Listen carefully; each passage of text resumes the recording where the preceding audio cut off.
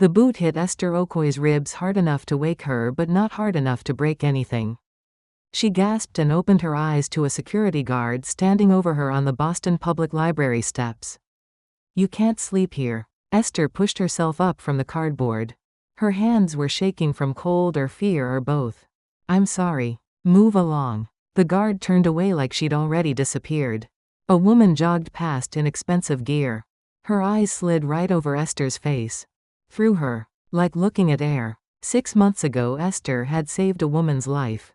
Performed CPR. Kept her breathing until the ambulance came. That woman's daughter had looked at Esther the same way this jogger did. Like she wasn't human. Like she was just hands that cleaned and wiped and didn't deserve a name.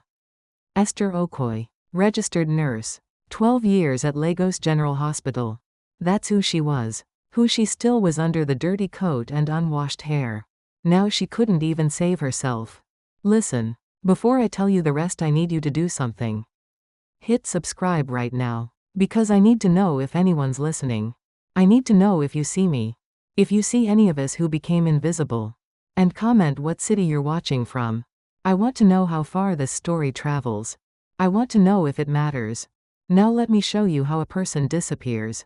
6 months earlier Esther stood in Patricia Whitmore's marble foyer holding a suitcase. "You're fired," Patricia said, not looking up from her phone. "I don't understand. My mother's jewelry is missing. A diamond bracelet. $30,000. The number hit like a slap. Esther's mouth went dry. "I didn't take anything. The bracelet was there last week. Now it's gone. You have access to her room." Patricia finally looked up. Her eyes were already decided. "I called the police. The police, Mrs. Whitmore. I saved your mother's life last night. I did CPR. I called the ambulance and we're grateful." Patricia's voice was flat. Mechanical. "But that doesn't mean you didn't go through her things while she was unconscious." Esther couldn't breathe. She'd spent the night in the ambulance holding an old woman's hand praying in Igbo that she'd keep breathing. And this woman was accusing her of theft. "I need you out in an hour," Patricia said. "I'm being generous. I could press charges. I have nowhere to go. This is my home. This is my mother's house. You're an employee." Patricia turned away. "The door locks at 10. If you're still here I'll call them back." Esther climbed the stairs to the storage room she'd lived in for 8 months. Her hands wouldn't stop shaking. She threw clothes into her suitcase. 2 uniforms. 3 outfits. A photo of her daughter. Her nursing badge from Lagos that meant nothing here. Her phone buzzed. Text from Joseph. Her husband. Except he wasn't really her husband anymore. "Took the rent money. Don't look for me. You made your choice." She read it 3 times. Then opened her banking app. The joint account was empty. Completely empty. 2 years of saving. Gone. She called him. He answered on the 3rd try. "What did you do? What you forced me to do." His voice sounded lighter. Happy. "I'm done, Esther. Done being nothing. Where are you, California? With someone who actually sees me." A woman laughed in the background. Joseph laughed with her. "We have a daughter," Esther said. Her voice stayed level. Nursing taught her that. Stay calm when everything's breaking. "Kioma chose you. That's on her." His voice went cold. "You broke me, Esther. This place broke me. You chose America. You chose their system. I chose freedom." The line went dead. Footsteps on the stairs. Heavy boots. 2 police officers appeared in her doorway. One older white, tired eyes. One younger black, already understanding what this was. "Ma'am, we need to ask you some questions," the older one said. "I didn't take anything. Mind if we look through your belongings? What choice did she have? Go ahead." They went through everything. Every pocket. Every fold. Opened her Bible and shook it. The older officer ran his hands along the suitcase lining like he expected diamonds sewn inside. Nothing. They found nothing. "Mrs. Whitmore said you had access to her mother's room," the older officer said. "I'm her caregiver. I saved her life last night." "We heard." The younger officer's voice was gentler. "The paramedics said you did everything right." "Doesn't mean she didn't take advantage," the older one said. Not to Esther. To his partner. Like she wasn't there. "We didn't find anything," the younger officer said firmly. To his partner. Then to Esther, "You're free to go." "She's lying, I know she is," Patricia's voice shrilled from downstairs. Check again. The older officer sighed. Ma'am, there's nothing here. Esther picked up her suitcase and walked down the stairs. Patricia stood in the foyer, arms crossed, face twisted. I want my mother's bracelet back. I don't have it. I never had it. Liar. The officers shifted. The younger one opened his mouth. Closed it. Esther walked out carrying everything she owned. 3 blocks away, her daughter waited at a coffee shop. Kioma was 16 and looked at her mother with eyes too disappointed for someone so young. Did you get paid? Number. Did you at least get a reference? Esther shook her head. Kioma's eyes filled. Dad texted me. He's really gone. Yes. We're really homeless. The word was too big in Kioma's mouth. Too adult. Too permanent. We'll figure something out, Esther said. With what money, Mom? With what plan? Kioma's voice rose. People were looking. You always say we'll figure it out. You've been saying it for 2 years. Since Dad lost his job. Since we couldn't pay rent. Since you took that slave job. It wasn't slavery. You lived in a closet. You worked 18 hours a day. They never used your name. Kioma wiped her eyes hard. And now they fired you for something you didn't do, and we have nothing, and Dad's gone, and you're still acting like it's okay. What do you want me to say? That I'm terrified, that I don't know what to do? Kioma stared at her coffee. Didn't answer. Esther's phone rang. Unknown number. Mrs. Okoye, this is Janet Reeves from Colonial Property Management. I'm calling about your apartment. I know we're behind on rent. If you could just, you need to vacate by 5 p.m. today. The eviction notice expired 3 days ago. If you're not out by 5, the sheriff will remove you. Today I thought we had until the end of the month. The final notice stated the 23rd. Today is the 26th. Janet Reeves sounded like she was reading a script. All belongings must be removed. Anything left will be disposed of. I have a daughter. We have nowhere to go. I understand that's difficult, but I have a job to do. 5 p.m. Mrs. Okoye. Click. Kioma was watching. We have to be out today. Esther nodded. Where are we going? I don't know yet. Mom, I don't know. Kioma. The words came out sharp. Esther took a breath. Let me make some calls. First call. St. Mary's Shelter. How can I help you? I need a bed. For me and my daughter. Tonight. We have a 6-month wait list. I can put you on 6 months. I need tonight. I'm sorry. Try the emergency line. Click. Next number. Catholic Charities. I need housing. My daughter and I were just evicted. Are you a victim of domestic violence? No, but then we can't prioritize you. Try Pine Street Inn. Click. Next number. Pine Street Inn. Please. I need somewhere to sleep tonight. I have a 16-year-old daughter. Family shelter is full. We can take the minor, but you'd go to the women's shelter. You want to separate us? Those are the rules. If you want beds, we'll stay together. What else do you have? A sigh. There's a warming center. Opens at 6 p.m. No beds. Just chairs and floor space. Better than nothing. Barely. At 4:30, Esther and Kioma stood outside their apartment building with 4 suitcases. Everything else locked inside. Furniture. Dishes. Kioma's drawings still on the refrigerator. Janet Reeves had been punctual. The locks were changed. Now what? Kioma asked. Esther looked at her daughter. 16. Should be worrying about homework and boys. Instead, standing on a sidewalk with her life in suitcases. There's a warming center, Esther said. We'll try there. The line outside Pine Street Inn stretched around the block. When they finally got to intake, the woman barely looked up. Family shelter is full. Minor goes to family shelter, you go to women's. We're staying together, Esther said. Then you get the warming center. First come, first served. Opens at 6. The warming center was a church basement. 50 people in a space for 30. Esther found 2 chairs in the corner. I can't sleep in a chair, Kioma whispered. You'll be surprised what you can do. Kioma pulled out her phone. Earbuds in. Shutting out the world. Shutting out her mother. A man stumbled over. Drunk or high. Eyes unfocused. Hey pretty ladies. You knew. Leave us alone, Esther said. Just being friendly. He moved closer. You look like you need a friend. A security guard appeared. James, back to your spot. The drunk shuffled away muttering. Esther nodded at the guard. He didn't smile. Didn't offer reassurance. Just doing his job. She was a problem to manage, like James, like everyone here. At 2 a.m. Kioma was asleep against Esther's shoulder. Esther stayed awake. Someone had to. In places like this you couldn't close your eyes and trust your things would be there. A woman across the room started crying. Loud gasping sobs. No one looked. No one offered comfort. At 5:30 the guard came through. Time to clear out. Warming center closes at 6. Where are we supposed to go? Someone asked. Not my problem. Come back tonight if you need to. Esther woke Kioma gently. Her daughter's face was creased from sleeping on her shoulder. They walked out into pre-dawn cold. The city waking up.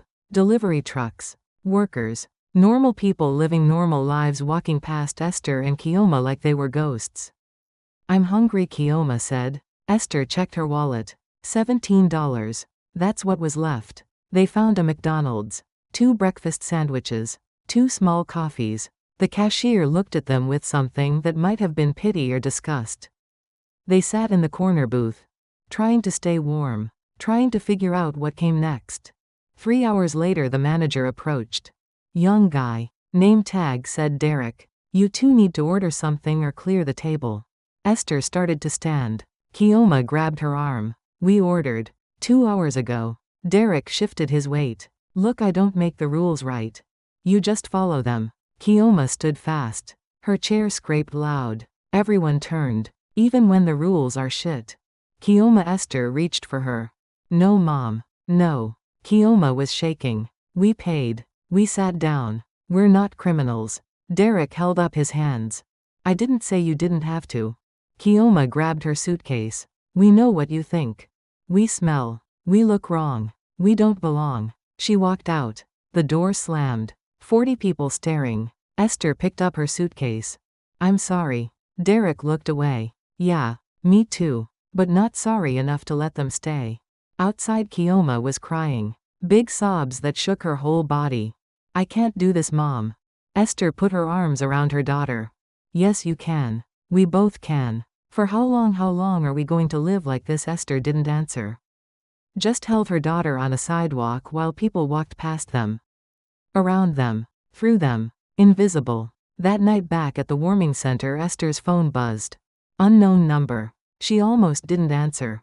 Hello Mrs. Okoye, this is Officer Chen. We met this morning at the Whitmore residence.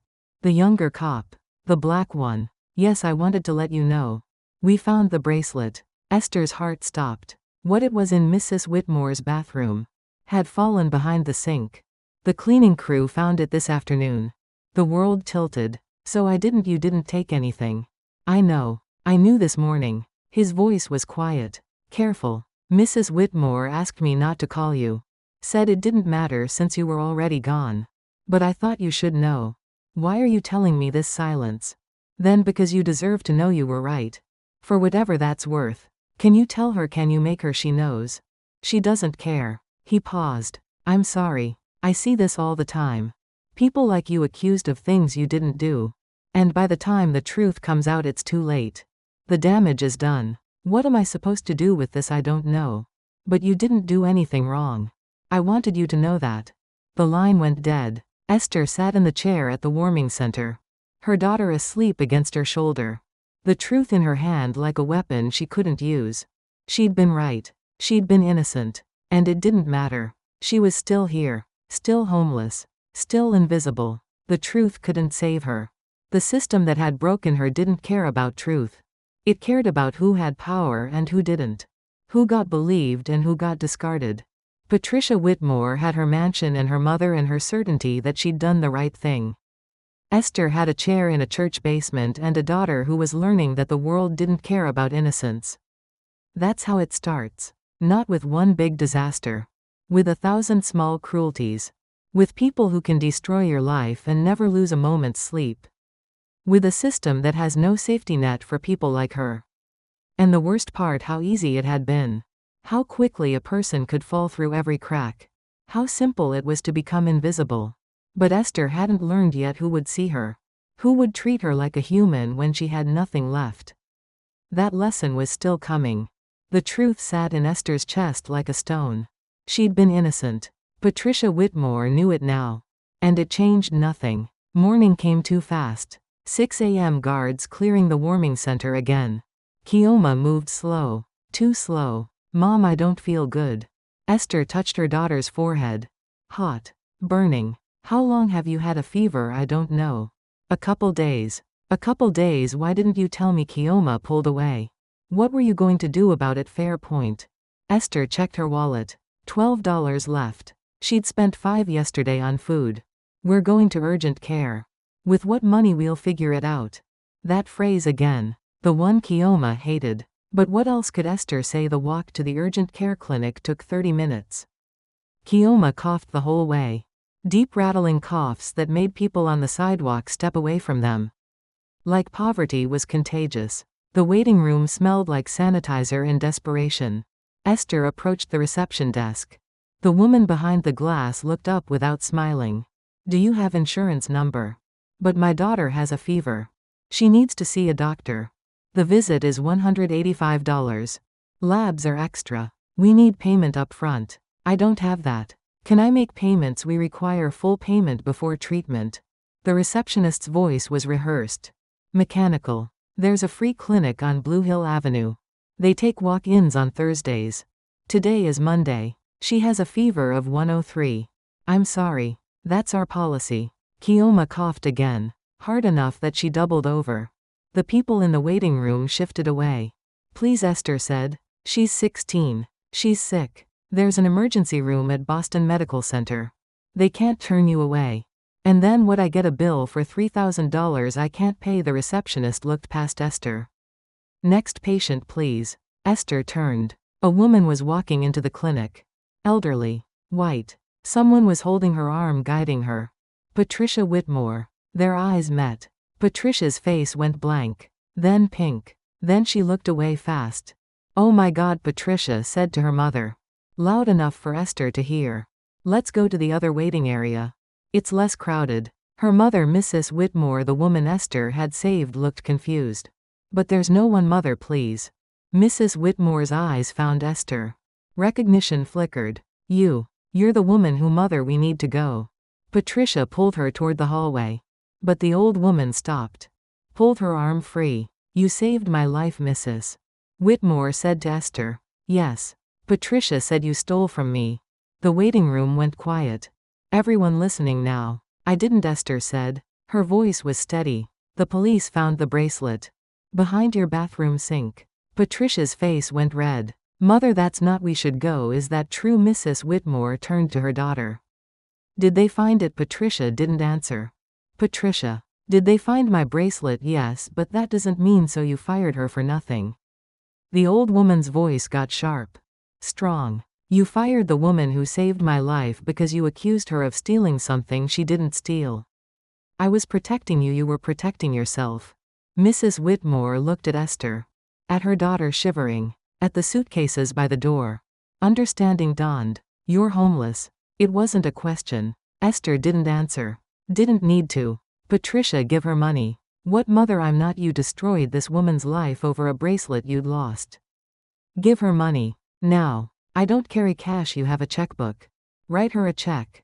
Patricia's hands were shaking. She pulled out her checkbook. How much? Mrs. Whitmore looked at Esther. How much does she need? Esther's throat was tight. My daughter needs to see a doctor. The visit is $185. Make it $5,000, Mrs. Whitmore said. Mother, that's make it $5,000 or I'm changing my will tomorrow. Patricia wrote the check. Handed it to Esther without looking at her. Thank you, Esther said. Mrs. Whitmore touched her hand. Brief. Warm. I'm sorry. For what she did. For what I didn't stop. Then Patricia pulled her mother away. The waiting room was still silent. Everyone had watched the whole thing. Esther looked at the check. $5,000. More money than she'd seen in a year. The receptionist cleared her throat. Ma'am, do you want to be seen now? Esther cashed the check at the bank across the street. Paid for Kioma's urgent care visit. The doctor said bronchitis. Prescribed antibiotics. $212 total with the medication. Walking out of the pharmacy, Kioma asked, what are we going to do with the rest? Find somewhere to live. For $5,000 in Boston. Kioma's laugh was bitter. That's like 2 months' rent. Then we have 2 months to figure out what comes next. You always say that. Because it's always true. But Kioma was right. $5,000 felt like a fortune and nothing at the same time. Esther called rental agencies. Every single one wanted first month last month security deposit proof of employment credit check references. I don't have a job yet, Esther explained for the 5th time. Then we can't rent to you. Try a motel. Motels were $60 a night. That was $1,800 a month for a room the size of a closet. But it was shelter. It was safety. It was a door that locked. Esther found one in Dorchester. Weekly rate $400. The clerk didn't ask questions. Just took the cash and handed over a key. The room had 2 beds, a bathroom, and a TV that didn't work. Kioma lay down on one of the beds and closed her eyes. We have a room, she said. Not happy. Just stating a fact. For now. How long is for now? Esther did the math. 9 weeks. If we're careful. And then I'll find a job. Doing what you can't work as a nurse here. You said so yourself. I'll find something. Kioma rolled over. Faced the wall. Sure, Mom. You'll find something. The next morning Esther left Kioma sleeping and went to look for work. Fast food places. Retail stores. Cleaning services. Every application asked for an address. She wrote down the motel. Every application asked for previous employment. She listed the Whitmores. Knew Patricia would never give her a reference but wrote it anyway. 3 days passed. No calls. No emails. Nothing. On the 4th day her phone rang. Unknown number. Mrs. Okoye, this is Brenda Chen from Happy Home Cleaning Service. You applied for a position, yes. Can you come in for an interview today 2 p.m. Yes.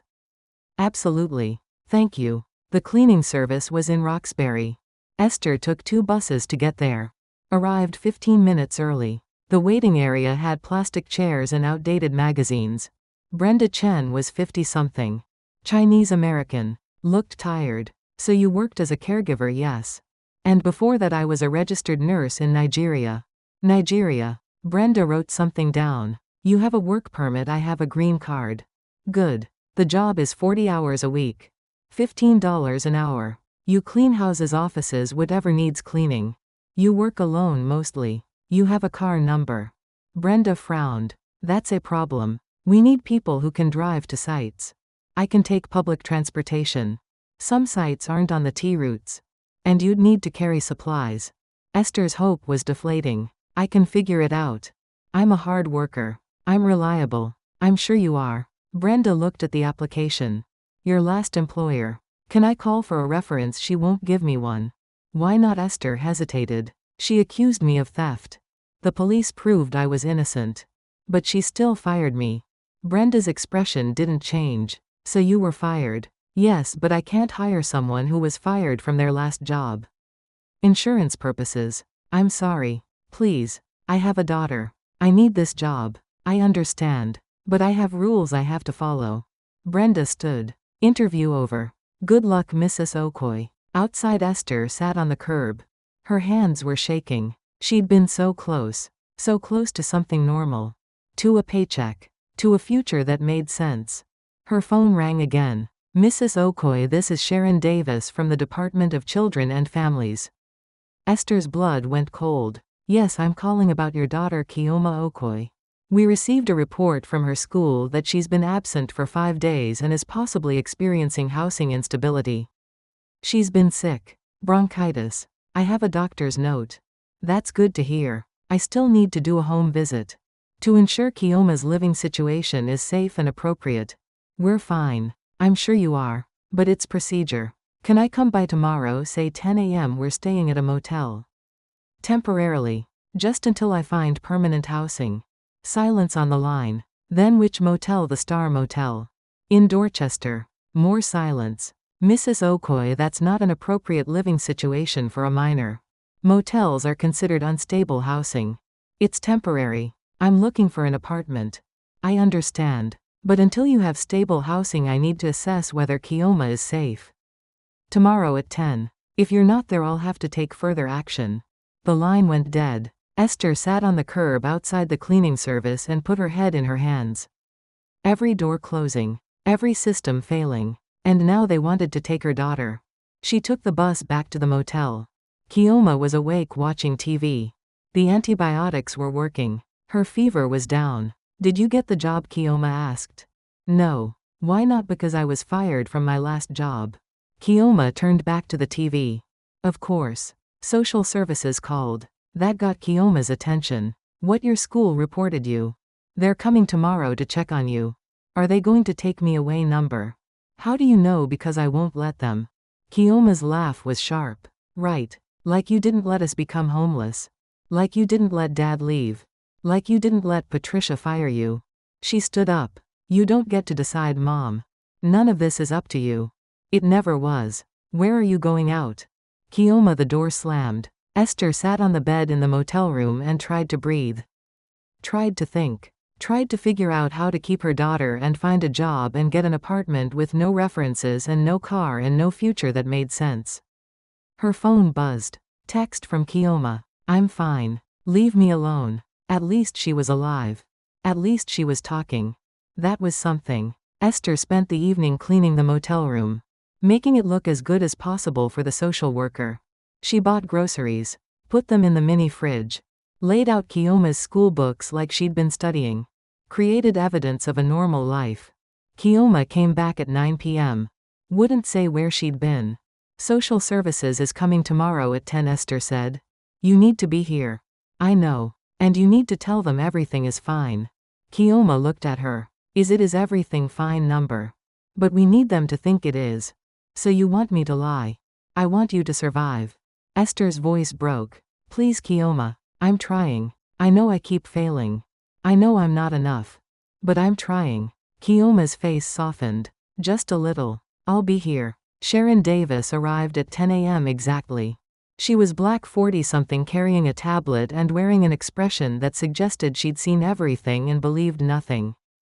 Mrs. Okoye. Kioma. Thank you for meeting with me. She looked around the motel room. Took notes on her tablet. Asked questions about school, about food, about Kioma's health. Kioma answered quietly. Appropriately. Said yes, she was fine. Yes, her mother took care of her. Yes, she felt safe. Kioma, can I speak to you alone for a moment? Sharon asked. Esther's heart stopped. Is that necessary? It's standard procedure. Esther went outside. Stood by the door. Couldn't hear what they were saying. Counted seconds. Minutes. Forever. Finally the door opened. Sharon came out first. Mrs. Okoye, can we talk? They walked to the parking lot. Sharon pulled out a cigarette. Lit it. I'm not supposed to smoke on duty, she said. But this job makes it hard to quit. Esther waited. Your daughter is smart. Articulate. Loves you very much. Sharon took a drag. But she's also scared. Angry. And living in a motel is not a long-term solution. I know. I'm looking for an apartment. With what income? I'm looking for work. Mrs. Okoye, I've been doing this job for 15 years. I know what happens to families like yours. You're one bad week away from being on the street again. And then I have to take Kioma. Not because I want to. Because it's the law. So what do I do? Sharon dropped her cigarette. Crushed it. Get a job. Any job. Get stable housing. And do it fast. I'm giving you 30 days. If things haven't improved by then, I have to file a report. And then it's out of my hands. 30 days. 30 days. Sharon looked at her. I don't want to take your kid. But I will if I have to. So don't make me have to. She left. Esther went back inside. Kioma was crying. She's going to take me away, isn't she? Not if I can help it. How, Mom? How are you going to stop it? Esther didn't have an answer. Again. Always. She never had the answers Kioma needed. That night Esther applied for every job she could find. Grocery stores. Gas stations. Fast food. Warehouse work. Anything that didn't require a car or references. One place called back. Night shift at a 24-hour convenience store. $10 an hour. Cash under the table. The owner didn't care about references or work history. Just needed someone to work midnight to 8 a.m. When can you start? He asked. Tonight. So she started. Left Kioma alone in the motel room with the door locked and instructions not to open it for anyone. Worked 8 hours stocking shelves and cleaning and dealing with drunk people who came in at 3 a.m. looking for cigarettes and lottery tickets. The owner paid her $80 cash at the end of the shift. You did good, he said. Come back tomorrow. Esther went back to the motel at 8:30 a.m. Kioma was getting ready for school. How was it? Kioma asked. Fine. You look exhausted. I am. When are you going to sleep after you leave for school? Kioma hesitated at the door. Mom, yes, I'm sorry. For what I said yesterday. About you not being enough. You were right. No, I wasn't. Kioma's voice was soft. You're doing everything you can. That has to count for something. She left. Esther lay down on the bed and closed her eyes. But she couldn't sleep. Because in 30 days Sharon Davis would come back. And if Esther didn't have stable housing by then, she'd lose everything that mattered. $80 a night meant $2,400 a month. Not enough for rent and security deposit. Not enough for anything except maybe a few more weeks in this motel. She needed more. Needed better. Needed impossible. Her phone buzzed. Email. From a number she didn't recognize. Subject line: I saw what my daughter did. Esther opened it. Mrs. Okoye, this is Eleanor Whitmore. Patricia's mother. I don't have much time left in this world and I refuse to leave it with this on my conscience. What Patricia did to you was unforgivable. I'm writing you a check for $20,000. It's not enough to undo the damage. But it's something. Patricia doesn't know. She doesn't need to. Use it to get back on your feet. You saved my life. This is me trying to save yours. The check is in the mail. You should receive it in 2 days. Don't thank me. Just survive. Eleanor Whitmore. Esther read it 3 times. $20,000. Enough for last security. Enough to breathe. Enough to keep Kioma. Except it was too good to be true. Had to be. People like Eleanor Whitmore didn't save people like Esther. But 2 days later the check arrived. $20,000. Real. Esther held it in her hands and cried for the first time since everything fell apart. But Esther couldn't cash the check. Not yet. The bank teller looked at the amount and frowned. This is a large check. We'll need to put a hold on it. 7 to 10 business days. 10 days. I need this money now. I understand, but for amounts over $10,000 it's bank policy. We have to verify the funds. Esther wanted to scream. Wanted to tell this woman that 10 days might as well be 10 years. That Sharon Davis was coming back in 30 days and she needed an apartment now. But screaming never helped. So she smiled, nodded, left. Outside the bank she called the convenience store owner. Can I get more shifts? I need to work as much as possible. How many you want every night? Double shifts if you have them. You sure that's 16 hours a day? I'm sure. So she worked. Midnight to 4 p.m. Came back to the motel at 4:30. Slept till 9 p.m. Woke up. Left Kioma alone again. Repeated. 3 days in. Kioma confronted her. When do I see you, Mom? I'm here when you get home from school. You're asleep. You're always asleep. I'm working so we can keep a roof over our heads.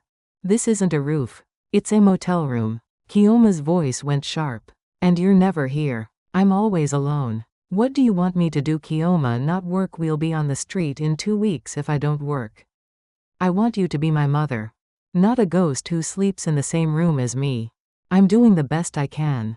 Your best sucks. Kioma grabbed her backpack and slammed out. Esther sat on the bed and pressed her palms against her eyes. 16 hours a day at the store. 8 hours of sleep if she was lucky. And still her daughter hated her. Still it wasn't enough. On day 7 the bank called. Mrs. Okoye, there's a problem with your check. Esther's stomach dropped. What kind of problem? The account holder placed a stop payment. What does that mean? It means Eleanor Whitmore canceled the check. We can't cash it. But she sent it to me. She wanted me to have it. I understand, but legally she can stop payment at any time before it clears. I'm sorry. Esther hung up. Stared at the check in her hand. $20,000 that meant nothing. She called the Whitmore house. A woman answered. Whitmore residence. I need to speak to Eleanor Whitmore. Who's calling? Esther Okoye. Silence. Then Mrs. Whitmore is unavailable. Please. She sent me a check. Someone canceled it. I need to talk to her. I'll pass along the message. Click. Esther called back. Went straight to voicemail. Called again. Same thing. Someone had blocked her number. She wanted to scream, to throw the phone, to give up. Instead she went to work. At 2 a.m. a man came into the store. White. 50s. Expensive coat. Drunk. Hey you. He pointed at Esther. You speak English, yes. Good. Get me cigarettes. Marlboro Reds. Esther got them. Rang him up. $14. He handed her a 20. Keep the change, sweetheart. She gave him his change anyway. Store policy. I said keep it. I can't. Why not? You look like you need it. His eyes traveled over her. Slow. Deliberate. You work here every night, yes. All alone. Her skin crawled. My manager is in the back. Sure he is. The man smiled. Leaned on the counter. You know you're pretty. For an African. Esther said nothing. I could help you out. Give you some real money. Better than this minimum wage shit. I'm not interested. You don't even know what I'm offering. I know exactly what you're offering. And I'm not interested. His smile died. You think you're too good for me. I think you should leave. Or what you'll call your manager who doesn't exist. He reached across the counter. Grabbed her wrist. I'm trying to be nice here. Esther yanked her hand back. Her other hand found the panic button under the counter. Hit it. The man's face twisted. Bitch. He left. The owner came out from the back 30 seconds later. What happened? Nothing. Drunk customer. You hit the panic button. He grabbed me. I handled it. The owner looked at her for a long time. You okay? I'm fine. But she wasn't fine. Her hands shook for the rest of the shift. At 8 a.m. the owner handed her the cash. Take tomorrow night off. I can't afford to. You look like hell. Take a night. Sleep. Esther wanted to argue. Needed the money. But she was so tired. So bone deep exhausted. So she nodded. Back at the motel, Kioma was getting ready for school. She looked at her mother's face. What happened? Nothing. You're lying. A customer got aggressive. I'm fine. Kioma's face went hard. Did he touch you? It's handled. That's not what I asked. Kioma, did he touch you? Her voice was rising. Did some man put his hands on you? He grabbed my wrist. I hit the panic button. He left. It's over. It's not over. Kioma was yelling now. Nothing is ever over. This whole thing, this whole nightmare, it never ends. You work yourself to death. Men grab you. We live in a shitty motel and you just keep saying everything is fine. What else am I supposed to say? The truth. Tell me the truth. Tell me you're scared. Tell me you don't know what we're going to do. Stop pretending like you have control when you don't. The words hit like fists. Esther sat down on the bed. You're right. I'm terrified. I work 16 hours a day and we're still barely surviving. Social services is coming back in 3 weeks and I don't have stable housing. Eleanor Whitmore canceled the check. I have no idea what we're going to do. Is that what you want to hear? Kioma's anger deflated. She sat next to her mother. Yeah, actually. It is. They sat in silence. Then Kioma said, I got in a fight at school yesterday. What, this girl? She said I smelled like a motel. Said my mom was probably a prostitute. So I punched her. Kioma, I know. I shouldn't have. But I did. She looked at her hands. They suspended me. 3 days. I didn't tell you because you were working. Are you okay? Number. But neither are you. So I guess we're even. Esther put her arm around her daughter. Kioma leaned against her. 2 people drowning together. We're going to figure this out, Esther said. You always say that. I know. But this time I mean it. Kioma laughed. It was bitter, but it was something. Sure, Mom. That afternoon Esther's phone rang. Unknown number. Mrs. Okoye, this is Patricia Whitmore. Esther's blood went cold. What do you want? I need to explain about the check. Your mother sent it. You canceled it. What's to explain? My mother has dementia. Patricia's voice was strained. Defensive. She's not in her right mind. She's been writing checks to people all month. Her hairdresser. The mailman. Random people she sees on TV. I have power of attorney. I have to stop them. She doesn't have dementia. She knew exactly who I was. What you did to me. She's 87 years old. She's confused. Is that what you tell yourself, that she's confused so you don't have to feel guilty? Silence on the line. Your mother wanted to make things right, Esther continued. But you couldn't let that happen. Because if she made it right, then you'd have to admit you were wrong. I wasn't wrong. The bracelet was missing. You had access. It was a reasonable assumption. The bracelet fell behind the sink. The police told you. I did nothing wrong and you destroyed my life anyway. I didn't destroy your life. You're being dramatic. Esther laughed. It came out harsh. Wrong. I'm homeless because of you. I work 16-hour days at a convenience store. My daughter got suspended for fighting because kids call her poor. And you're telling me I'm being dramatic? That's not my fault. Yes, it is. You fired me without cause. You called the police. You made sure I couldn't get another job. You did this. I did what I thought was right at the time. And now what do you think now? More silence. Then I think you should move on. Stop blaming me for your problems. Take some responsibility. I saved your mother's life. And I paid you for your time. Patricia's voice went cold. Professional. We're done here. Don't call this number again. She hung up. Esther sat holding the phone. The rage in her chest was so big she couldn't breathe around it. Patricia Whitmore had taken everything. Her job, her dignity, her future. And she felt nothing. No guilt. No remorse. Just the certainty that she'd done the right thing. That night Esther went back to work. The drunk man didn't come back. But others did. Men who looked at her the same way. Women who treated her like furniture. People who saw right through her. At 3 a.m. a woman came in. Black. Around Esther's age. Looked exhausted. Bought diapers and formula. You work here every night? The woman asked. Yeah. I've seen you. You're always here. I need the hours. The woman nodded. I get it. I work 3 jobs. Still can't make rent. She hesitated. You live around here? Motel on Dorchester Avenue. The Star? Yeah. I stayed there last year. After my ex kicked me out. The woman smiled. It was tired but real. You surviving barely. That's all you can do sometimes. Barely survive. She took her bag. I'm Carmen, by the way. Esther. Nice to meet you, Esther. Hope things get better for you. You too. Carmen left. Esther watched her go. Wondered if things ever actually got better or if people just got better at pretending. 2 days later Sharon Davis showed up at the motel. Unannounced. Esther answered the door. Kioma was at school. Mrs. Okoye. Can I come in? You said 30 days. It's only been 15. I know. But I got a call from Kioma's school. About the fight. About the suspension. Sharon walked in without waiting for permission. We need to talk. She's fine. It was one fight. It's not about the fight. It's about why she fought.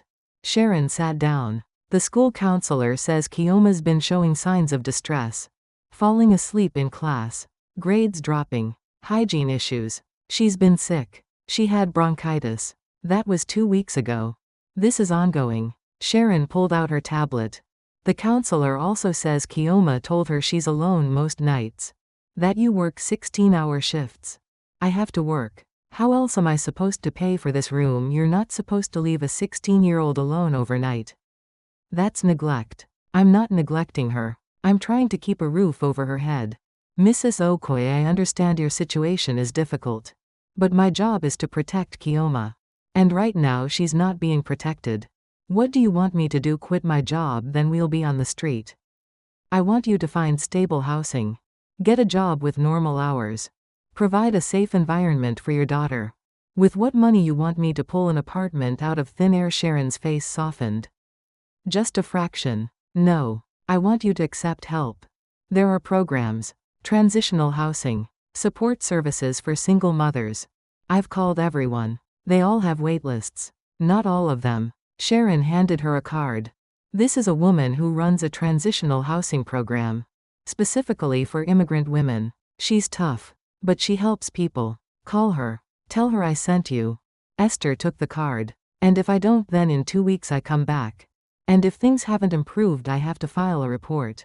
And then it's out of my hands. Sharon stood. I don't want to take your daughter. But I will if I have to. So please. Call her. After Sharon left, Esther stared at the card.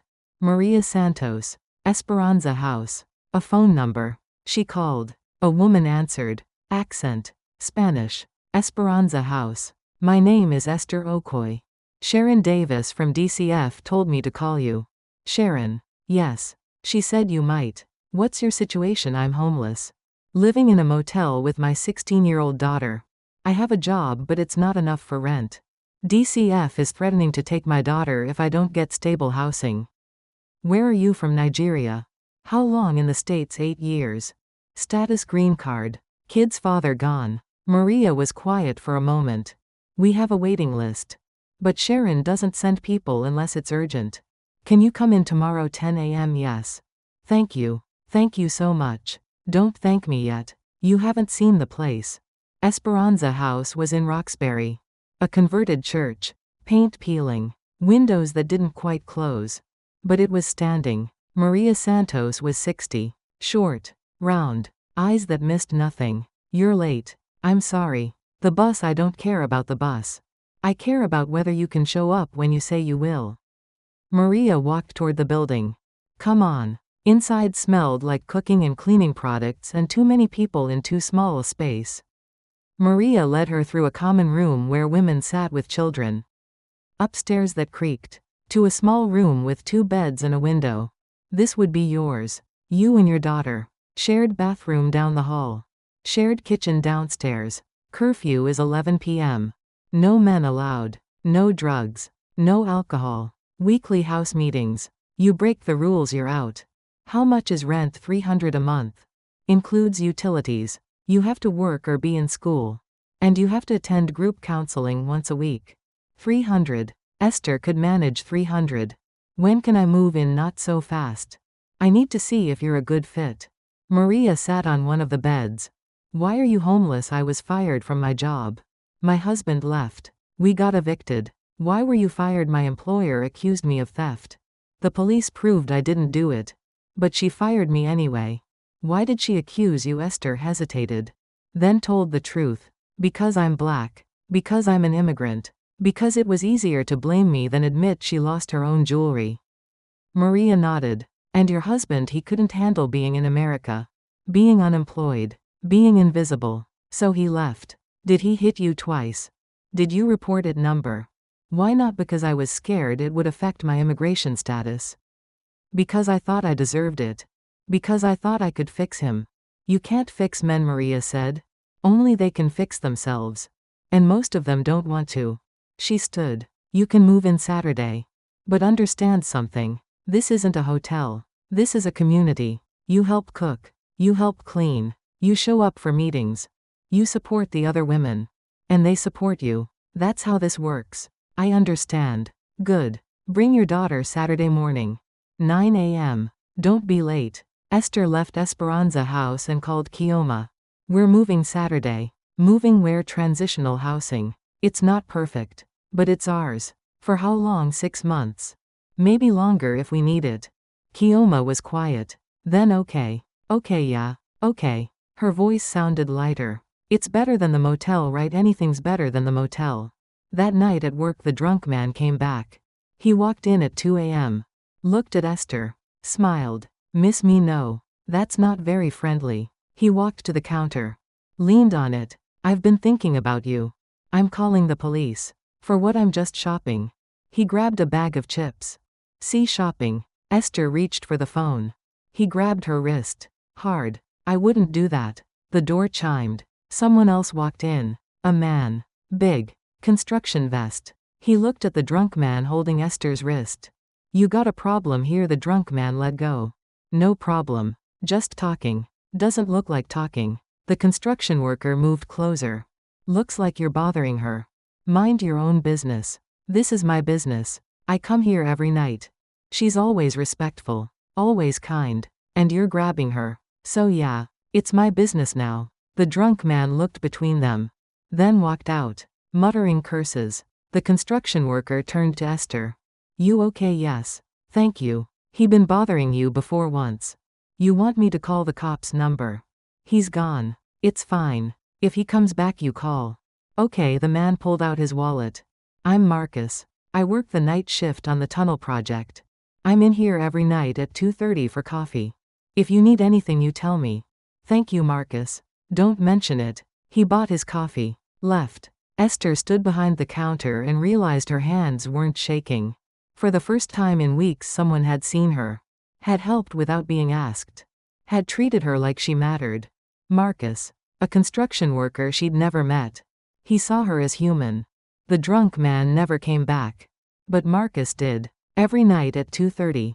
Got his coffee. Asked if she was okay. Left. On Friday Esther picked up her last paycheck from the convenience store. The owner looked sad. You sure you want to quit? I found a place to live. I need to get a day job so I can be with my daughter at night. I get it. You were a good worker. If you ever need hours, you call me. Thank you. Saturday morning, Esther and Kioma packed their suitcases, checked out of the Star Motel, took 2 buses to Esperanza House. Maria met them at the door. You're on time. Good start. She showed them their room. Kioma looked around. It was small. The paint was chipped. The floor creaked. But it had 2 beds and a window and a door that locked. It's not bad, Kioma said. It's home, Esther replied. For now, Maria corrected. For now it's home. Don't get too comfortable. The goal is to get out. Get stable. Get your own place. This is a stepping stone, not a destination. I understand. Good. Maria handed her a schedule. House meeting tonight at 7. Don't be late. At the meeting, Esther met the other women. 12 of them. From different countries. Different situations. Same desperation. They sat in a circle. Maria ran the meeting. We have 2 new residents. Esther and her daughter Kioma. Esther, introduce yourself. Esther stood. I'm from Nigeria. I've been in the States for 8 years. I was a nurse in Lagos. Here I'm trying to figure out what comes next. A woman across the circle spoke up. Why aren't you nursing here? My credentials don't transfer. I'd have to recertify. That costs money I don't have. The woman nodded. She understood. After the meeting, a woman approached Esther. Older. Latina. Tired eyes. I'm Carmen. Esther stared. From the convenience store, Carmen smiled. You remembered. You work 3 jobs. 2 now. I quit 1. Was killing me. She looked around. I moved in here last month. It's been good. Hard. But good. How did you find it? Same way you did. Hit rock bottom. Got desperate. Someone saw me and helped. Carmen touched Esther's arm. We look out for each other here. You need anything, you ask. That night, lying in bed at Esperanza House, Kioma whispered, Mom, yeah, I think this is going to be okay. Me too, baby. Me too. But Esther knew better than to hope too much. She'd learned that lesson. Every time she thought things were getting better, the floor fell out. Every time she found solid ground, it crumbled. Still, for tonight, for this moment, they had a room. They had community. They had each other. It was enough. For now. But enough was a fragile thing. It lasted exactly 5 days. On day 6, Esther got a call from Kioma's school. Mrs. Okoye, this is Principal Henderson. We need you to come in. Immediately. What happened? Is Kioma okay? She's fine physically. But there's been an incident. Esther took the bus. Got there in 20 minutes. The principal's office smelled like old coffee and disappointment. Kioma sat in a chair, arms crossed, face hard. A white girl sat across from her. The girl's mother was there too. Expensive suit. Diamond earrings. Looking at Kioma like she was garbage. Mrs. Okoye, thank you for coming. Principal Henderson was a tired-looking woman in her 50s. There was an altercation between Kioma and Madison. She started it, Kioma said. I did not. Madison's voice went high. Theatrical. I was just asking a question. What kind of question? Esther asked. Madison's mother spoke. Madison simply asked where Kioma was living now, since she'd missed so much school. And what did you say? Esther looked at her daughter. I told her it wasn't her business. And then Principal Henderson prompted. Madison jumped in. Then she said I was a privileged brat who didn't know anything about real life. You are a privileged brat, Kioma shot back. Kioma. Esther's voice was sharp. It's true, Mom. She asked if we were still living in a motel. In front of everyone. She said her dad said people who live in motels are probably criminals or drug addicts. Madison's mother shifted. Madison was simply repeating what she heard at home. Right. Because teaching your kid to look down on poor people is great parenting, Kioma said. Kioma, that's enough, Esther said. Then to Madison's mother, but she's not wrong. The woman's face went red. Excuse me, your daughter asked my daughter about being homeless. In front of her peers. To humiliate her. That's bullying. That's not bullying. That's a conversation. Is it? Would you want someone asking about your housing situation in front of a crowd? Principal Henderson held up her hands. Ladies, please. We're here to resolve this. Not make it worse. What's there to resolve? Madison's mother stood. My daughter asked a question. Your daughter insulted her. She should be suspended. She was already suspended, Esther said. 2 weeks ago. For defending herself against a girl who said I was a prostitute. The room went silent. Principal Henderson cleared her throat. Mrs. Okoye, I wasn't aware, of course you weren't. Because you don't see what happens to kids like Kioma. You see Madison. You see her nice clothes and her mother's donations to the school. You don't see the girl sitting alone at lunch because everyone knows she's poor. That's not fair, Principal Henderson said. Isn't it? Madison's mother grabbed her daughter's hand. We're leaving. If you don't discipline that girl, I'm calling the superintendent. They left. The door slammed. Principal Henderson sighed. Mrs. Okoye, I understand your frustration.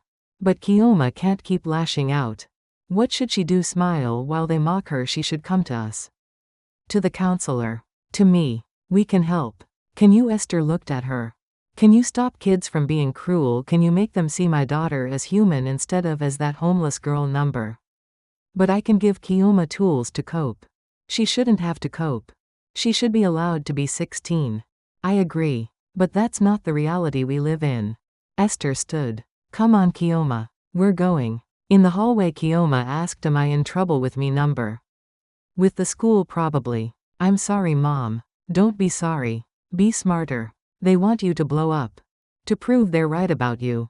Don't give them that. So I should just take it number. You should rise above it. Be better than they could ever imagine. Kioma's laugh was bitter. Easy for you to say.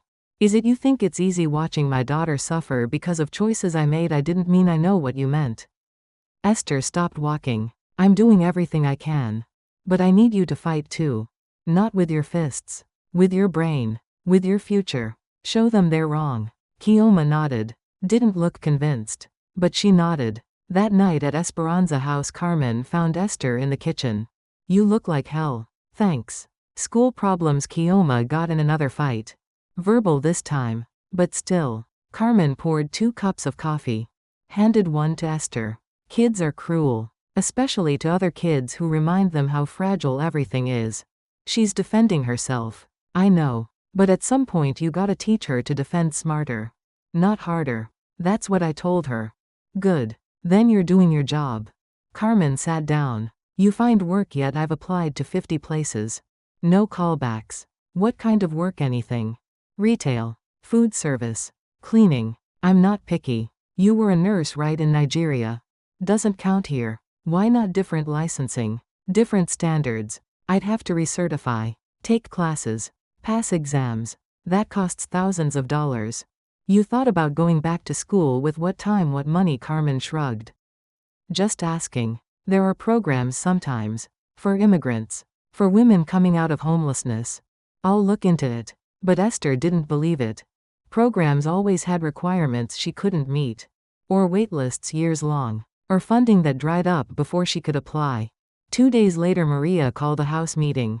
We have a situation. Rosa's been sick. High fever. Won't go to the hospital because she's undocumented and scared of ICE. How high is the fever? Esther asked. 104 last time I checked. That's dangerous. She needs to go. Tell her that. Maria looked frustrated. She won't listen to me. Can I see her? Maria led Esther upstairs.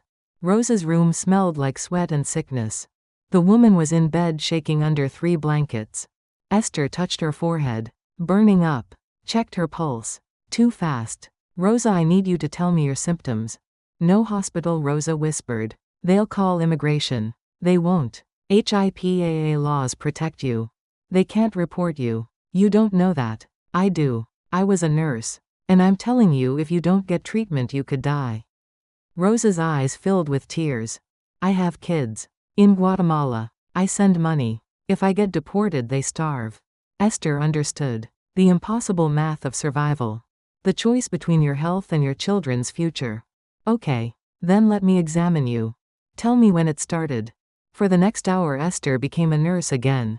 Checked Rosa's symptoms. Lymph nodes swollen. Throat inflamed. Rash on her chest. She asked questions. Made notes. Finally decided. I think it's strep throat. Maybe scarlet fever. You need antibiotics. I told you no hospital. Not a hospital. There's a free clinic. They don't ask about immigration status. They just help. You're sure? I'm sure. But you have to go today. This is serious. Carmen volunteered to take Rosa. Esther gave them directions to the clinic. Wrote down what to tell the doctor. Maria watched all of this. Quiet. Taking it in. After they left, Maria said, "You're good at that. I was a nurse for 12 years. Why aren't you nursing now? I told you. Licensing. Right. But there are ways. If you really want it. I do. But wanting doesn't pay for classes." Maria pulled out her phone.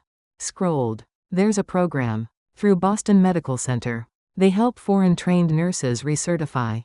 Sliding scale fees. Some scholarships. I've looked at those. The wait list is 2 years. Not if you know someone. Maria looked at her. I know someone. On the board. I could make a call. Why would you do that? Because you just spent an hour helping Rosa without asking for anything. Because you're smart and capable and wasting your skills working retail. Because I help people who help themselves. Esther didn't know what to say. Don't get excited yet, Maria warned. It's not guaranteed. But I'll make the call. We'll see. 3 days later, Esther got an email. From Boston Medical Center's International Nurse Program. Interview scheduled for the following week. She read it 5 times. Couldn't believe it was real. Kioma was excited. Mom, this is huge. It's just an interview. It's more than you had yesterday. Fair point. The interview was on Tuesday. Esther borrowed a blazer from Carmen. Took 2 buses to get there. Arrived 15 minutes early. The interviewer was a woman named Dr. Patricia Chen. 50s, sharp eyes. No nonsense. Your application says you worked at Lagos General Hospital. Tell me about that. Esther told her. The long shifts. The limited resources. The patients who came in dying and left healed. The families who had nothing but gave everything. Why did you come to America? Better opportunities. Or so I thought. What happened? Esther told her about Patricia Whitmore. The false accusation. The homelessness. All of it. Dr. Chen listened without interrupting. Then said, "That's a lot of trauma." Yes. Are you ready to be a nurse again, to carry other people's trauma when you're still carrying your own? The question surprised Esther. Most people didn't ask that. I don't know, Esther said honestly. But I know I'm good at it. And I know people need help. That has to count for something. Dr. Chen smiled. Small but real. It counts for everything. She pulled out a folder. The program is intensive. 6 months. Classes 3 days a week. Clinical rotations 2 days a week. You'll need childcare. You'll need flexibility from your job. And you'll need to pass the NCLEX at the end. I can do that. The cost is usually $8,000. But we have a scholarship program. Based on need and merit. Your nursing record from Lagos is impressive. And Maria Santos vouched for you. That matters. How much would the scholarship cover? All of it. If you qualify. Which I think you will. Esther couldn't breathe. All of it, yes. But there's a catch. You'd have to commit to working at Boston Medical Center for 2 years after you pass your boards. At standard pay. Not amazing. But stable. I'll do it. Don't you want to think about it? Number. I'll do it. Whatever you need. Dr. Chen held out her hand. Welcome to the program. Classes start in 2 weeks. Esther shook her hand. Walked out of the office. Got to the street. And then she cried. Big ugly sobs that she couldn't control. A woman walking past stopped. Are you okay? Yes, Esther managed. I got accepted into nursing school. The woman smiled. Congratulations. Then she kept walking. But it didn't matter. She'd seen Esther. Had stopped. Had asked if she was okay. People were starting to see her again. Back at Esperanza House, everyone celebrated. Maria opened a bottle of wine. Carmen made a cake. The women gathered around Esther, congratulating her, hugging her, telling their own stories of second chances. But at midnight, reality hit. Esther still needed a job. Something flexible. Something that paid enough for her share of expenses. Something that wouldn't interfere with classes. The next morning she ran into Marcus. Literally. Walked right into him on the street outside Esperanza House. Whoa. You okay, Marcus? Sorry. I wasn't paying attention. You look happy. Something good happened. I got into nursing school. His face lit up. That's amazing. I didn't know you were a nurse. I was. In Nigeria. Now I'm trying to be one again. Good for you. Seriously. That's great. They stood there, awkward. Then Marcus said, listen. I know this is random. But my sister runs a home healthcare company. She's always looking for people. It's flexible hours. You could work around your classes. Want me to give her your number? Are you serious? Yeah. I mean, if you're interested. I'm very interested. Cool. I'll text you her info. He started to walk away. Then turned back. Hey Esther, yeah, I'm glad things are looking up for you. You deserve it. You don't even know me. I know enough. You're a hard worker. You're kind. You don't give up. That's more than most people. He left. Esther stood on the sidewalk feeling like maybe the universe wasn't entirely against her. Marcus's sister called that afternoon. Her name was Linda. She needed someone to do overnight care for an elderly man. 4 nights a week. $15 an hour. Paid weekly. Can you start tomorrow? Linda asked. Yes. Absolutely. The job was simple. Keep Mr. Peterson company. Make sure he took his medication. Help him to the bathroom. Call if anything went wrong. Mr. Peterson was 89. White. Former professor. Kind eyes. You're not from here, he said the first night. No. Nigeria. Beautiful country. I taught there once. Long time ago. Ibadan. I'm from Lagos. Wonderful city. Terrible traffic. He smiled. What brought you here? The American dream. Find it yet still looking. Keep looking. It exists. Just not where people think. They talked through the night. About Nigeria. About America. About life and loss and starting over. Mr. Peterson told her about his wife who died. His children who called once a month. His fear of being forgotten. You won't be forgotten, Esther told him. How do you know? Because you're talking to me. Treating me like a person. That's rare. I'll remember you. He looked at her. Really looked. I see you, Esther. I know. Thank you. Over the next 2 weeks Esther fell into a rhythm. Classes 3 days a week. Work 4 nights a week. Time with Kioma when she could grab it. Sleep when nothing else demanded her attention. It was exhausting. But it was progress. Then Sharon Davis came back. Esther was at Esperanza House when she arrived. Sharon looked around. Talked to Maria. Talked to other residents. Finally sat down with Esther. You've done well. I'm trying. Kioma looks better. You look better. This place is good for you. It is. Sharon pulled out her tablet. I'm closing your case. What you have? Stable housing. Stable income. You're enrolled in school. Kioma's attending school regularly. All my concerns have been addressed. Sharon looked up. You did it. I did it, Esther repeated. Couldn't quite believe it. DCF won't be monitoring you anymore. Unless something changes dramatically. Thank you. Don't thank me. Thank yourself. You fought hard. Sharon stood.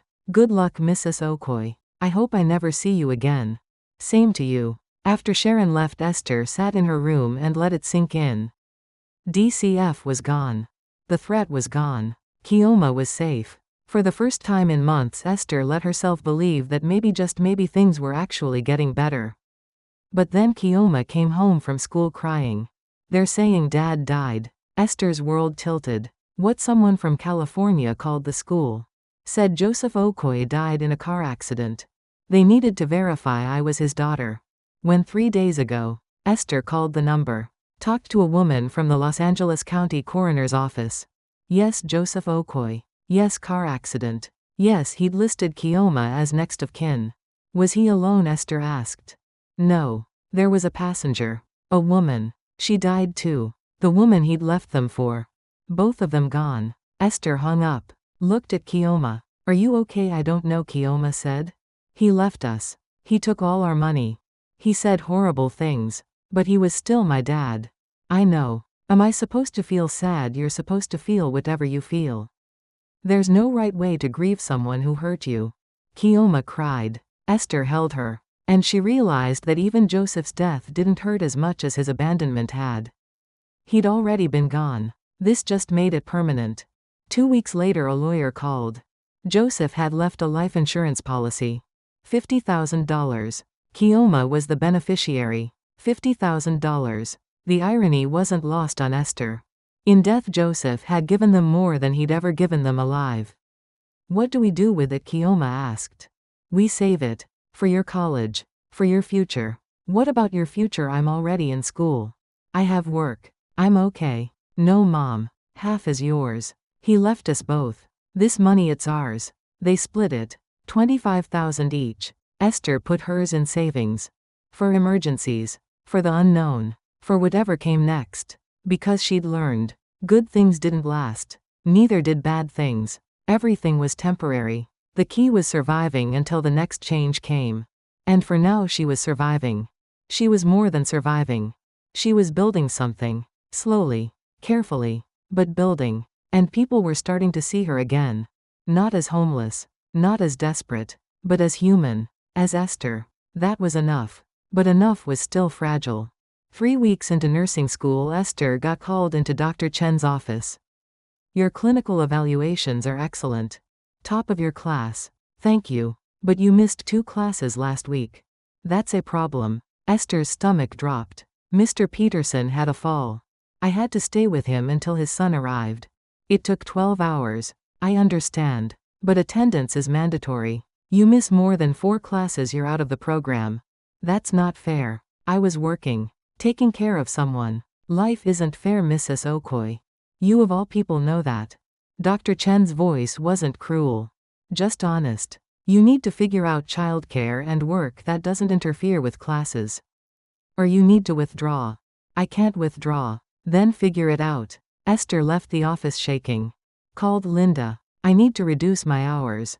I can only work nights when I don't have morning classes. That's 2 nights a week. That's not enough coverage. I'm sorry. I don't have a choice. Silence. Then I'll find someone else. I'm sorry, Esther. Click. Just like that. Another job gone. Esther sat in her car and tried not to scream. Every time she got ahead, something pulled her back. Every time she built something, it crumbled. Her phone rang. Marcus. Hey. Linda told me what happened. You okay? Number. Yeah, I figured. He paused. Listen. Mr. Peterson specifically asked for you. Said he doesn't want anyone else. Would you be willing to work just weekends, Saturday and Sunday nights? That's when Linda needs the most help anyway. Just weekends, yeah. Same pay. Less hours. But consistent. Why would Mr. Peterson ask for me specifically? Because you treat him like a person. Not a paycheck. He said you're the first caregiver who's actually talked to him in years. Something in Esther's chest loosened. Tell Linda yes. And thank you. Don't thank me. Thank Mr. Peterson. He's the one fighting for you. An 89-year-old white man. A former professor who'd taught in Nigeria decades ago. He saw her. Fought for her. Advocated when she couldn't advocate for herself. That Saturday when Esther arrived at Mr. Peterson's house, he was waiting. I heard you were having trouble with your schedule.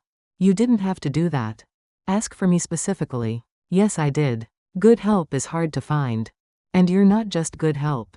You're good people. Thank you. Don't thank me. Just keep talking to me.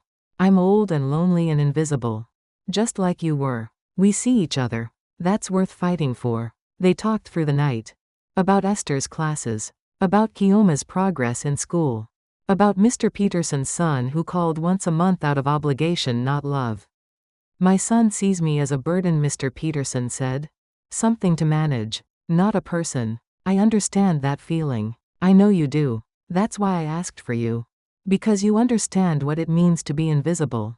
And you treat invisible people like they matter. Those words stayed with Esther. Because Mr. Peterson was right. The people who'd helped her weren't the powerful ones. They were the invisible ones. The ones who knew what it felt like to not be seen. Marcus. Carmen. Maria. Mr. Peterson. Even Officer Chen, the young black cop who'd called to tell her she was innocent. All of them on the margins. All of them knowing what it meant to be overlooked. 2 months into the program, Esther was studying in the Esperanza House common room when Carmen sat down. You look stressed. Exams next week. I'm behind. You're always behind. You're also always top of your class. You'll be fine. How do you know? Because you don't know how to fail. Even when you should. Carmen smiled. That's both your strength and your problem. What's the problem part? You never ask for help. Even when you need it. I'm asking for help right now. I'm living in transitional housing. My daughter's in therapy. I work weekends. I'm accepting every bit of help available. No. You're accepting the help they force on you. But you don't ask. You don't reach out. You just keep grinding until you break. What am I supposed to do? Let people help you because they want to. Not because it's their job. Carmen stood. There's a study group. Other women in nursing programs. They meet Tuesday nights. Maria has the info. You should go. I can't. I have class Wednesday mornings. The group is at 7 p.m. Class is at 9 a.m. You can do both. Esther wanted to argue. But Carmen was right. She never asked for help. Never trusted that people would give it freely. On Tuesday she went to the study group. 5 women. All in various nursing programs. All struggling. All brilliant. They studied together. Shared notes. Quizzed each other. Supported each other. After the session a woman named Jennifer approached. You're Esther, right? Maria's told me about you. Good things, I hope. Amazing things. You were homeless 6 months ago, yes. And now you're top of your class in the recertification program. I'm trying. You're not trying. You're succeeding. Jennifer handed her a business card. I run a mentorship program for immigrant women in healthcare. We connect them with established professionals. Would you be interested? What does it involve? Monthly meetings, career guidance, networking. And when you graduate, we help place you in good positions. I already have a job commitment to Boston Medical Center. That's great. But after your 2 years, you'll want options. This gives you options. Esther took the card. Thank you. Don't thank me yet. You haven't met your mentor. She's intense. The mentor was Dr. Adaeze Okoro. Nigerian. 50-something. Chief of Emergency Medicine at Mass General. They met at a coffee shop. Dr. Okoro didn't smile. Maria says you're worth my time. Are you? I don't know. Good answer. False confidence is useless. Tell me about Lagos General. Esther told her. The work. The challenges. The patients. Dr. Okoro listened. Then said, why did you come to America? Better opportunities. Bullshit. What's the real reason? The bluntness surprised Esther. My husband wanted to come. I followed. And he left you. Yes. Good riddance. Dr. Okoro sipped her coffee. Men who make you smaller aren't worth keeping. What do you want now? To pass my boards. To work. To support my daughter. Boring. What do you want beyond survival? No one had asked Esther that. Not in years. Maybe ever. I want to matter. I want my work to mean something. I want to help people who are invisible. The way I was invisible. Dr. Okoro smiled. First time. Now we're talking. That's worth my time. She became Esther's mentor. Tough. Demanding. Brilliant. She pushed Esther harder than any teacher. Made her think bigger than she'd allowed herself to think. You're smart enough to work anywhere, Dr. Okoro said. Don't settle for okay. Aim for excellent. I have a commitment to BMC for 2 years. I know. After that you come work for me. Emergency medicine. It's brutal. It's exhausting. It's also where you'll do the most good. Why me? Because you've been in the emergency. You know what it's like to need help and not get it. That makes you dangerous. In a good way. 3 months before graduation, Esther got a call from an unknown number. Mrs. Okoye, this is Robert Whitmore. Eleanor Whitmore's son. Esther's blood went cold. What do you want? My mother passed away last week. I'm sorry for your loss. Thank you. She left you something in her will. What? $50,000. And a letter. Esther couldn't speak. Patricia is furious, Robert continued. She tried to contest it. But the will is ironclad. Mother was very clear. She wanted you to have this. Why? The letter explains. I'm having it sent to your address. The check will follow. I don't understand. Neither do I. But my mother was insistent. She said you saved her life. And she wanted to save yours. The letter arrived 2 days later. Esther opened it with shaking hands. Dear Esther, by the time you read this I'll be gone. I'm not afraid of death. I'm afraid of dying with regrets. And you are my biggest regret. What Patricia did to you was unforgivable. What I allowed her to do was worse. I should have fought harder. Should have protected you. Should have made things right while I still could. This money won't undo the damage. Nothing can. But it's something. Use it wisely. Use it to help others the way I failed to help you. You are a remarkable woman, Esther Okoye. Don't let anyone make you forget that. Especially yourself. With admiration and deep regret, Eleanor Whitmore. Esther read it 3 times. Cried through all 3. Eleanor Whitmore. An 87-year-old woman who'd been barely conscious when Esther saved her life. She'd seen Esther. Had remembered. Had fought her own daughter to make things right. She'd been invisible to the world. But she'd seen Esther anyway. Kioma found her mother crying in their room. "Mom, what happened?" Esther handed her the letter. Kioma read it. Then looked at her mother. $50,000, yes. That's college money. That's everything. That's someone who saw me when I was invisible. And wanted me to know it mattered. They sat together. Mother and daughter. 2 people who'd survived everything trying to break them. "We're going to be okay," Kioma said. "Aren't we?" "Yes. We're going to be more than okay." Graduation day came 6 months later. Esther walked across the stage to receive her certificate. Kioma was in the audience. So was Maria, Carmen, Marcus, Mr. Peterson in a wheelchair, Dr. Okoro, Jennifer from the mentorship program. All the people who'd seen her. Who'd helped her. Who'd treated her like she mattered. After the ceremony, Dr. Chen approached. "Congratulations. You did it. Thank you. Your NCLEX scores came back. You passed. Top 10%. Esther closed her eyes. "I passed. You more than passed. You excelled." Dr. Chen smiled. "Boston Medical Center is lucky to have you." The celebration at Esperanza House lasted until midnight. The women who'd become her family. The place that had become her home. All of it temporary. All of it essential. Maria pulled Esther aside. "You're leaving us soon. Moving to your own place. How did you know? Because that's how this works. You come broken. You heal. You leave stronger. That's the whole point. I don't want to leave."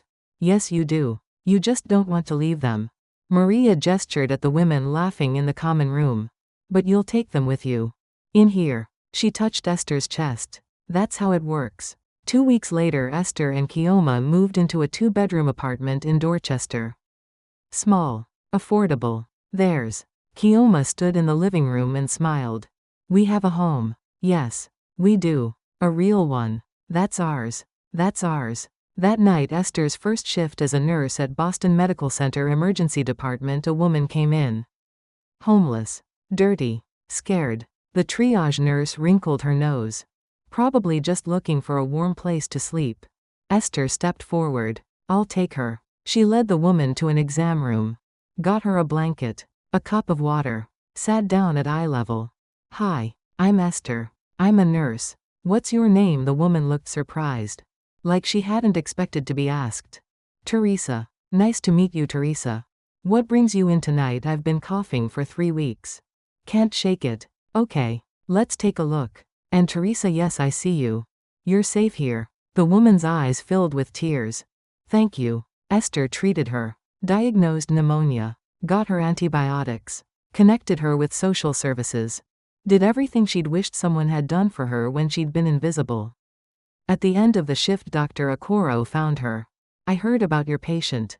The homeless woman. Teresa." "Right. Teresa. The other nurses said you spent an hour with her.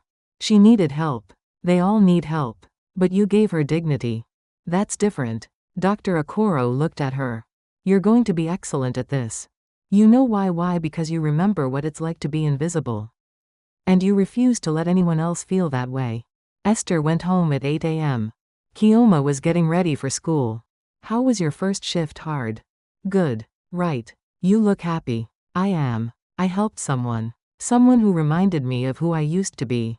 Homeless, invisible." Kioma hugged her mother. "You were never invisible, Mom. Not to me. I know, baby. I know." 6 months later, Esther ran into Patricia Whitmore at a grocery store. Their eyes met. Patricia looked away fast. Started to walk past. "Patricia." She stopped. Didn't turn around. "Your mother left me money. And a letter. She saw me. Even when you didn't." Patricia's shoulders tensed. "I don't want to talk about this. I don't care what you want. I want you to know. The people who saw me when I was homeless, they weren't rich. They weren't powerful. They were garbage collectors and janitors and elderly professors and women who'd been homeless themselves. The people with everything, they saw nothing. Remember that next time you look at someone and decide they don't matter." Patricia turned. Her face was red. "Are you done?" "Yes. I'm done. I just wanted you to know. You didn't break me. You tried. But you failed. Esther walked away. Felt lighter than she had in years. That night at dinner with Kioma, her daughter asked if you could go back. Change things. Would you change what? Everything? Coming to America. Marrying Dad. Working for the Whitmores. Becoming homeless. All of it. Esther thought about it. Really thought. No. Really. Because all of it brought me here. To this table. With you. And I'm a better person now than I was before. Stronger. Wiser. More compassionate. You were always compassionate. I was compassionate to people I thought deserved it. Now I'm compassionate to everyone. Because I know what it's like to be invisible. To be judged. To be discarded. And I refuse to do that to anyone else. That's deep, Mom. That's the truth. Kioma smiled. I'm proud of you. I'm proud of us. They ate in comfortable silence. Mother and daughter. Survivors. Fighters. Human. Later Esther wrote in the journal Dr. Okoro had told her to keep. Being homeless showed me who really saw me as human. It wasn't the wealthy family I worked for. It wasn't the systems designed to help. It wasn't my own husband. It was the people who knew what it meant to be invisible. The garbage collector who gave me medicine. The janitor who gave me hope. The lawyer who gave me power. The shelter director who gave me a home. The reporter who gave me a voice. The professor who gave me dignity. The mentor who gave me a future. The old woman who gave me redemption even from her grave. And my daughter who gave me purpose. They saw me when I had nothing. They treated me like I mattered when the world said I didn't. That's humanity. Real humanity. Not charity. Not pity. Just one invisible person seeing another and saying you matter. I see you. You're not alone. I learned that the hard way. But I learned it. And now I spend every day trying to see others the way they saw me. Because being seen, that's not a gift. That's a right. And everyone deserves it. No matter where they sleep. No matter what they own. No matter who they used to be. We're all human. We all matter. We all deserve to be seen. Esther closed the journal. Looked around her apartment. At the daughter sleeping in the next room. At the nursing badge on the table. At the life she'd built from nothing. She'd been homeless. She'd been invisible. She'd been broken. But she'd survived. And the people who'd seen her when she was at her lowest had taught her the most important lesson of her life. Humanity isn't about what you have.